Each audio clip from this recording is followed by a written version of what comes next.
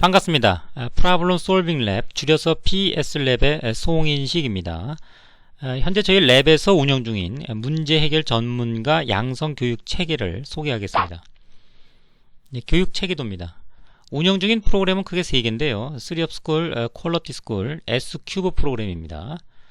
본 체계도의 가로축은 역량의 강도를 얘기를 해요. 그래서 본 교육 과정을 이수한 분들의 역량 수준을 크게 레벨 1, 레벨 2, 3 이렇게 구분을 하고 있고요. 참고로 이제 레벨 1은 학습받은 내용을 문제 해결에 그대로 적용할 수 있는 역량 수준을 얘기를 합니다.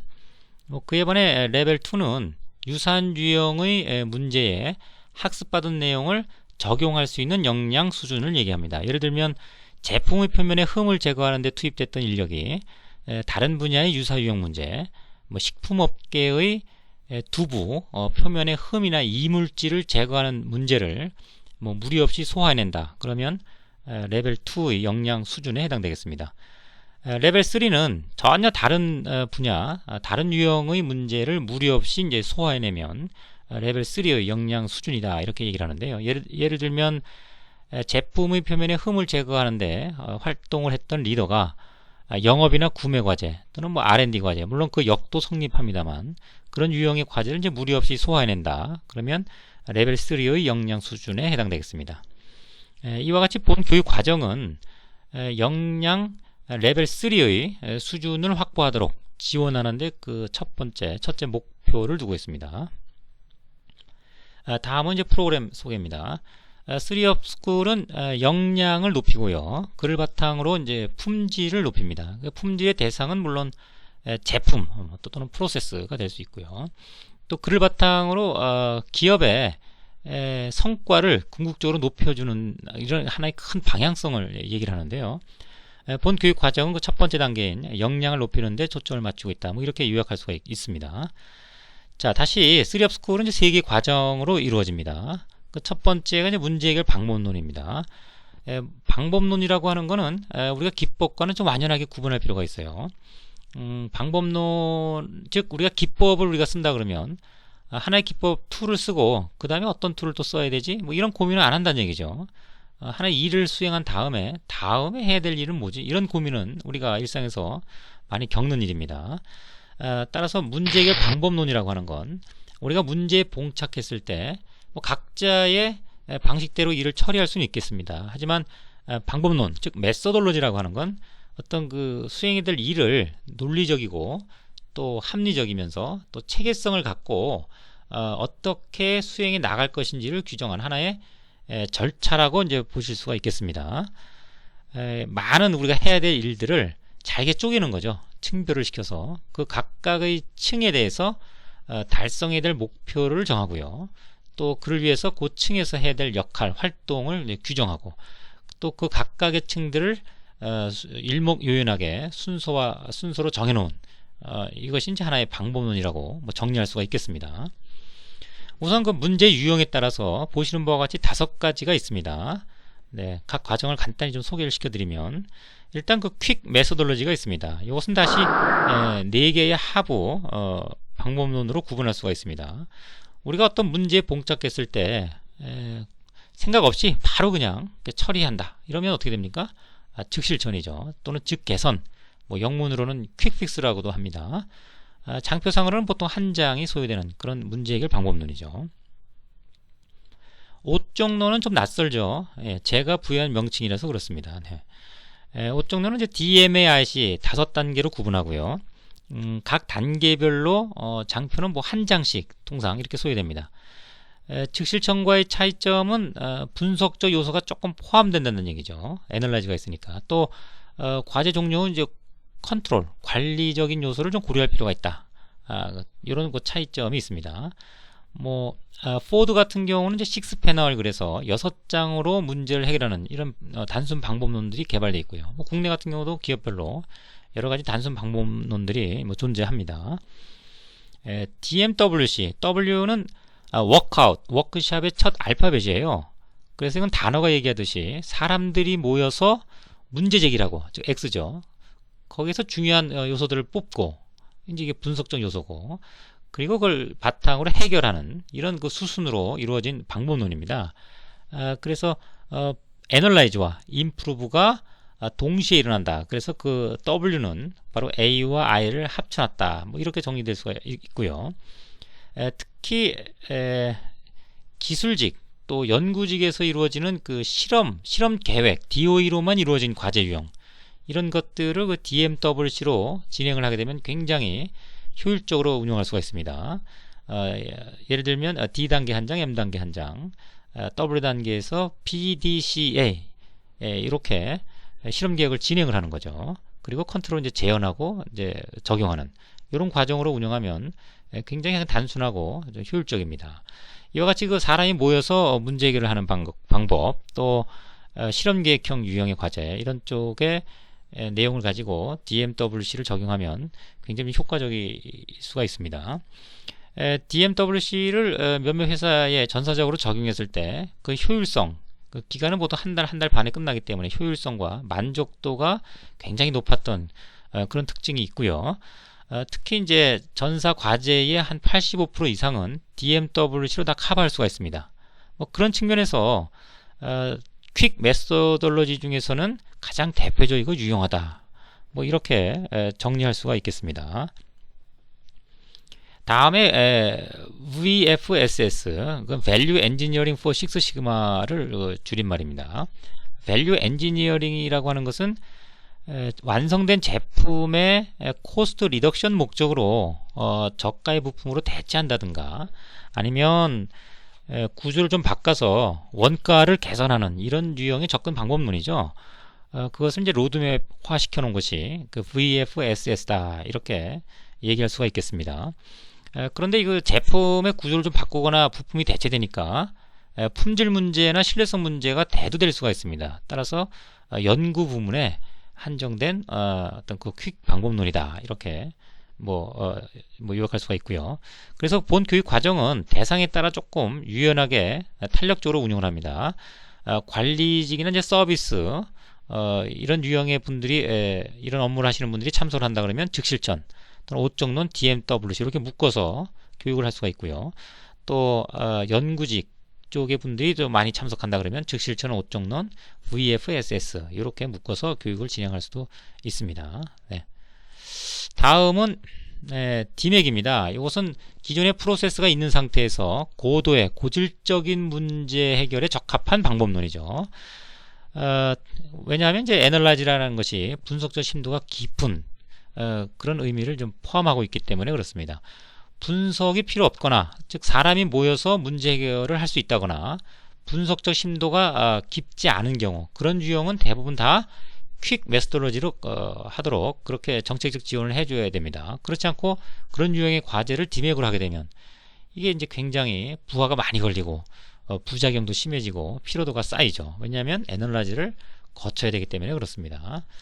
그래서 그 문제 유형에 따라서 잘 방법을 선택하는 이유가 이제 거기에 있고요. DMAC 같은 경우는 전체 그 기업의 과제 중에 한 10% 정도 해당되는 그런 그 분량을 보통 대변하고요. 또 40개의 세부 로드맵으로 이루어져서 그것을 학습하는 과정으로 이루어집니다. 다음은 DFSS-T입니다. 디자인 for Six Sigma 테크니컬이죠. 이것은 제품 개발 R&D 주로 부문은 이제 R&D입니다. 제품 개발에 맞춰진 그 방법론입니다. 특히 이제 중요한 활동이 컨셉 디자인이죠. 그래서 컨셉 디자인의 전면부에는 바로 앞에는 기법적으로 이제 QFD가 위치하고 있죠. Quality Function Deployment. 그리고 그 컨셉 디자인 후반부에는 이후에는 상세 설계, 디테일 디자인을 중심으로 한 기능 분석 또는 뭐 신뢰성 이런 것들이 이제 위치합니다. 전체 세부 로드맵이 50개입니다. 네, 50개의 과정을 학습하는 뭐 그런 어떤 내용으로 이루어져 있습니다. 다음은 DFSS-C 커머셜이죠. 커머셜. 이것은 프로세스로만 이루어지는 비즈니스에 적합한 방법론입니다. 주로 금융, 관공서, 뭐 행정, 관리 이런 쪽의 업무는 주로 사람이 하는 그 프로세스가 위주로 되어 있죠. 그래서 프로세스를 개발하는 그런 그데 적합한 방법론이다. 뭐 이렇게 볼 수 있고요. 제품을 만들든 프로세스를 개발하든 대상 만든다라는 것은 동일합니다. 그래서 DFSST와 로드맵적으로는 동일합니다. 단지 대상이 틀리기 때문에 그 내용, 그 다음에 기법 이런 것들이 큰 차이를 보인다. 뭐 이렇게 볼 수 있겠어요. 다음은 이제 SFSS입니다. Sales for Six Sigma죠. 이것은 세일즈가 의미하듯이 수주 과제를 처리하는데 적합한 방법론이에요. 영업 부문이겠죠. 그 기반은 이제 DMAC입니다. 근데 좀 차이점은 DMAC는 D 끝나고 M, 그 다음에 끝나고 Analyze 들어가고 Improve 들어가고 이렇게 단계적으로 방향성을 갖는 데 반해서 SFSS는 고객을 만나서 고객이 얘기하는 것이 그것이 X입니다. 그래서 그것을 들고 들어와서 어떻게 대응할 건지 고민해서 답을 들고 나가 또 대면을 하죠. 이와 같이 페이스 투 페이스, 즉 반복적인 어떤 과정으로 이루어져 있습니다.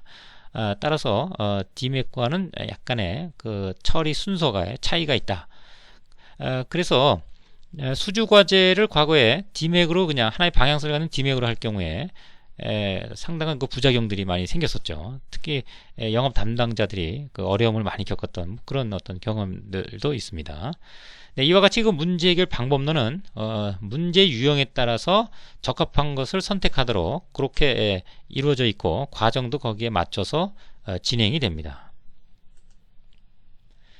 다음은 데이터 분석이죠. 그 문제 해결 방법에 따라서 해결을 절차에 따라서 진행을 하다 보면 가장 우리가 시간을 많이 투입하고 고민해야 될 부분이 분석이죠. 분석이 안 되면 임프로브가 안 되는 겁니다. 따라서 분석이 중요한데 여기에는 이제 데이터가 없는 경우와 데이터가 있는 경우 이렇게 크게 구분할 수가 있겠어요. 데이터가 없는 경우는 우리가 정성적 분석, 사람들의 어떤 전문적 노하우나 뭐 이런 것들을 통해서 하는 것도 이제 정성적 분석의 하나죠. 그래서 여기에는 그 기존에 알려진 50여 가지 이상의 기법들이 총망라되어 있습니다. 교육과정에. 예를 들면 BCG 매트릭스, 보스턴 컨설팅 그룹 매트릭스라고 그러죠. 또 GE 매트릭스, 이와 같이 그 전략이나 영업, 마케팅에 쓰이는 정성적 기법부터 또 FAST, Function, Analysis Systems Technique이라고 하는 그 기능 분석이죠. R&D에 쓰는 그런 유형의 부문에 관계없이 전반적인 어떤 그 많은 50여 가지의 그 정성적 기법들을 교육과정에 담고 있습니다. 데이터가 있는 경우는 이제 확증적 자료 분석, 탐색적 자료 분석, 품질 빅데이터의 위계를 갖고 교육과정이 마련되어 있고요. 확증적 자료 분석은 이제 가설 검증이죠. 그래서 변했다 안 변했다, 유의하다 유의하지 않다, 뭐 이런 판단을 하는 것 때문에 확증. 그래서 보통 판사에 비유됩니다. 여기에는 T-테스트라든가 분산 분석, 회귀 분석, 그리고 그 외에 프로세스 능력, 공정 능력이나 관리도 또 추정 이런 내용들도 포함이 되어 있습니다.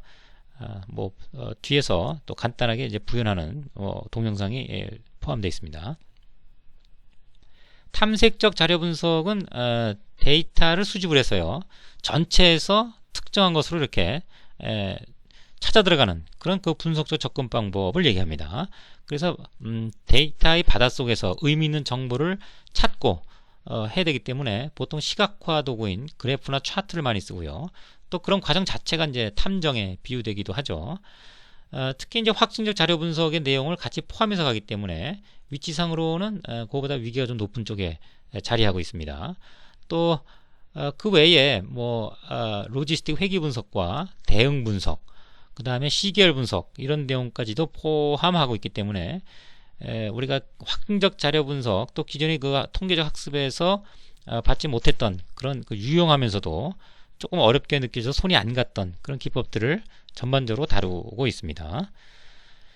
다음은 이제 품질 빅데이터 분석인데요. 빅데이터라고 하는 것은 우리가 보통 SNS상에서 정형화되지 않은 다양의 데이터를 보통 얘기를 합니다. 그런데 여기는 이제 품질이라고 좀 한정되어 있죠. 즉 기업 내에서 관리되는 그런 그 다량의 데이터를 얘기합니다. 그런데 우리가 통상 기업 내에서 문제 해결을 할 때 그 데이터를 전수 데이터를 다 쓰느냐, 그렇진 않아요. 대부분 샘플링 데이터로 거의 많은 문제들이 해결될 수가 있습니다. 우리가 그걸 못 찾아서 그렇지, 왜냐하면 그 데이터 자체가 시스템적이고 또 체계적으로 관리가 되고 있고 분류도 잘 돼 있어서 우리가 그걸 샘플링해서 단계적 접근에 들어가면 문제 해결하는 그런 내용들이 좀 많이 경험할 수가 있어요. 그런데 여기서 얘기하는 이제 품질 빅데이터는 그 관리되는 데이터 중에 필드 데이터를 얘기를 합니다. 그래서 필드 데이터는 상대적으로 조금 정형화가 덜 돼 있고 또 양도 많기 때문에 그 속에서 이제 어떤 그 품질 문제나 신뢰성 문제를 찾아 들어가는 어떤 접근 방식을 과정에 담고 있어요. 특히 이제 그런 정형화가 좀 덜 돼 있고 또 양이 많은 그런 이유 때문에 기존의 통계 프로그램을 쓰지 않고요. R이라고 하는 프로그램을 씁니다. R이라고 하는 건 이제 프리웨어죠. 그리고 오픈 소스로 되어 있습니다. 그리고 많은 사람들이 이제 패키지라고 하는 걸 만들어놔서 라이브러리죠. 그걸 갖다가 우리가 쓰는 그런 구조로 이루어져 있고 과정도 거의 맞춰서 진행이 됩니다. 네, 이와 같이 데이터 분석, 즉 문제 해결 방법론과 데이터 분석을 우리가 학습하게 되면 대부분의 문제들을 해결하는 그런 역량을 갖췄다. 뭐 이렇게 정리할 수가 있겠어요. 그럼 이제 경영혁신이라는 건 뭐냐? 이것은 그 앞서 학습받았던 분들의 어떤 역량을 또 배가시키는 그런 어떤 과정입니다. 그래서 시야를 좀 넓히고요, 시각을 좀 키우는 이런 어떤 과정으로 이루어져 있어요. 예를 들면 이제 혁신 운영이라는 과정은 전체 우리 회사의 경영혁신이 어떻게 운영되고 있는지, 어떤 체계를 갖고 마련되고 진행이 되는지, 또 그 속에서 나는 어디에 위치하고 있고 그 위치에서 나는 어떤 활동을 하고 있으며 전체 회사의 가는 방향과 온라인은 어떻게 맞춰져 있는지, 뭐 이런 것들에 대해서 확인하고 알아보는 이런 어떤 그 과정으로 이루어져 있습니다. 특히 그런 체계에서 과제 선정은 어떻게 이루어지는지, 또 분류는 어떻게 돼 있고, 또 나는 어떤 유형의 과제를 택한 건지, 또 앞서 얘기했던 그런 그 방법론들과 어떤 연결고리를 갖는지, 이런 그 좀 거시적이면서 또 나와 관련된 세부적인 내용까지 과정 중에 다루게 되겠습니다. 또 선정된 과제의 재무 성과는 어떻게 되는지도 평가를 하는데요. Financial Effect Analyst죠. 재무 성과 평가 전문가죠. 그래서 과제의 어떤 성과, 또 과제가 종료된 다음에 실적이 이제 어떻게 되는지 금전적 평가를 하는 방식과 과정을 다루고 있습니다. 보통 이제 기술직이나 연구직에 계신 분들은 금전적 평가와 같은 그런 유형의 내용을 접할 기회가 별로 없죠. 그래서 전반적으로 역량을 키우고 시각을 넓히고 높이는 뭐 이런 과정에 해당되겠습니다. 다음은 이제 퀄리티 스쿨의 품질 과정입니다. 이것은 이제 3업 스쿨에 포함되어 있는 독립적 기법들을 따로 떼내서 형성시킨 그런 그 과정이 되겠습니다. 그런데 단지 기법적으로 보는 건 아니고요, 문제 해결 방법론 관점에서 과정이 이루어집니다. 예를 들면 이제 FME 같은 경우는 이제 포드가 만들어 놓은 그 DFQ, Design for Quality라고 하는 책의 문제 해결 프로세스가 굉장히 바이블이죠. 그런 내용을 토대로 이루어지고 있고요. SPC 프로세스 능력, 즉 공정 능력은 이건 좀 오래되긴 했지만 1956년도 웨스턴 일렉트릭의 SQC, Statistical Quality Control이라고 하는 문제 해결 접근 방법론을 과정 중에 다룹니다. 그래서 이거는 이제 생산, 직접 쪽에서 주로 활용되는 그런 문제 해결 방법론이라고 볼 수 있겠습니다. DOE는 이제 Design of Experiment라고 그러죠. 그래서 또 대비되는 두 개의 실험 계획 항목, 팩토리얼 디자인과 다구지, 이것을 이제 하나에 묶어서 과정으로 이루어져 있고요. 그 외에 RSM, 뭐 혼합물 설계 이런 것도 다루게 되겠습니다. 그래서 플랜드 체크 액트라고 하는 프로세스를 거쳐서 최적화하는 그런 내용들을 과정 중에 다루게 되겠습니다. 신뢰성은 요거는 미래 품질을 확보하는 그런 접근 방법이죠. 그래서 주로 R&D 쪽에서 수명을 높이거나 제품의 어떤 미래에 발생 가능한 어떤 문제들을 사전에 차단시키는 그런 역할을 하고요. 주로 이제 그 데이터 분석, 그 다음에 필드 데이터 분석, 그러니까 신뢰성 분석이죠. 그런 것들도 포함해서 다루기 때문에 연구원이나 기술직 또는 저 품질을 다루는 분들이 굉장히 유리한 그런 과정이 되겠습니다.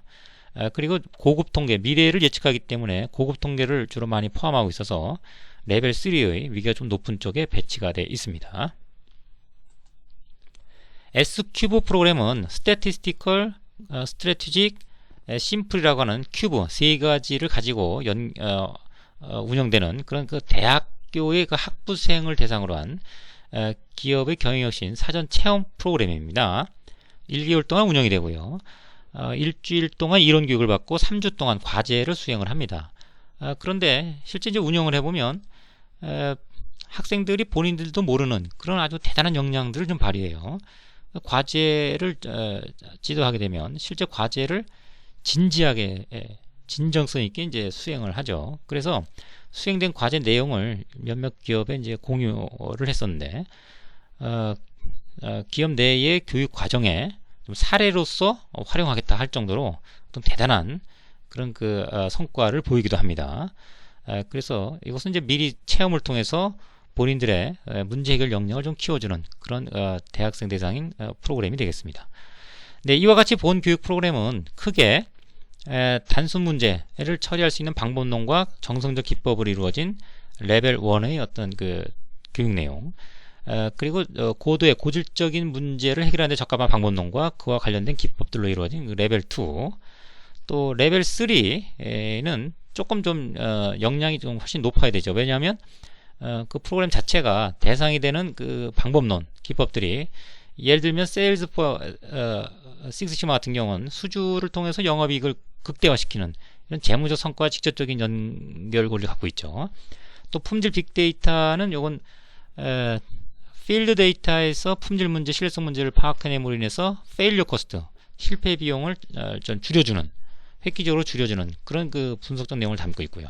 FE 평가는 또 재무 성과와 직접적인 연결되는 실적 평가와 재무적 평가와 연결이 되는 그런 내용이고요. 신뢰성은 이제 사전에 원가를 좀 줄이고 설계할 때, 그리고 미래에 발생 가능한 비용을 차단시켜주는 그런 재무 성과와 또 연결이 됩니다. 그래서 기업의 영향, 재무적 성과에 영향을 줄 수 있는, 직접적 영향을 줄 수 있는 그런 요소들로 포함되어 있기 때문에 조금 역량이 뛰어난 그런 분들이 참여해야 되는 또 그런 수준을 만들어주는 그런 과정이라고 보겠습니다.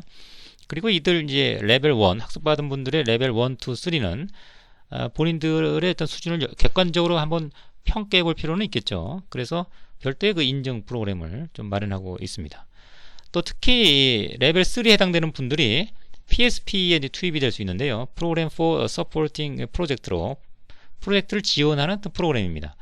그래서 기업에서 공식적으로 공식화된 더 고질적인 문제 이런 쪽에 집중적으로 해결할 수 있는 그런 어떤 프로그램으로서 역량이 높은 분들이 참여해서 성과를 극대화시키는 그런 하나의 지원 프로그램이라고 볼 수 있겠습니다. 네, 지금까지 저희 PS랩에서 운영 중인 전체 교육 과정에 대한 소개를 해드렸습니다. 각자가 어떤 해당되는 교육 내용에 참여함으로 인해서 역량을 좀 높이고 그를 통해서 기업의 성과를 높여주는 이런 쪽에 기여를 할 수 있도록 기여가 될 수 있으면 하는 바람입니다. 네, 이상으로 교육 체계에 대한 소개를 마치도록 하겠습니다. 감사합니다.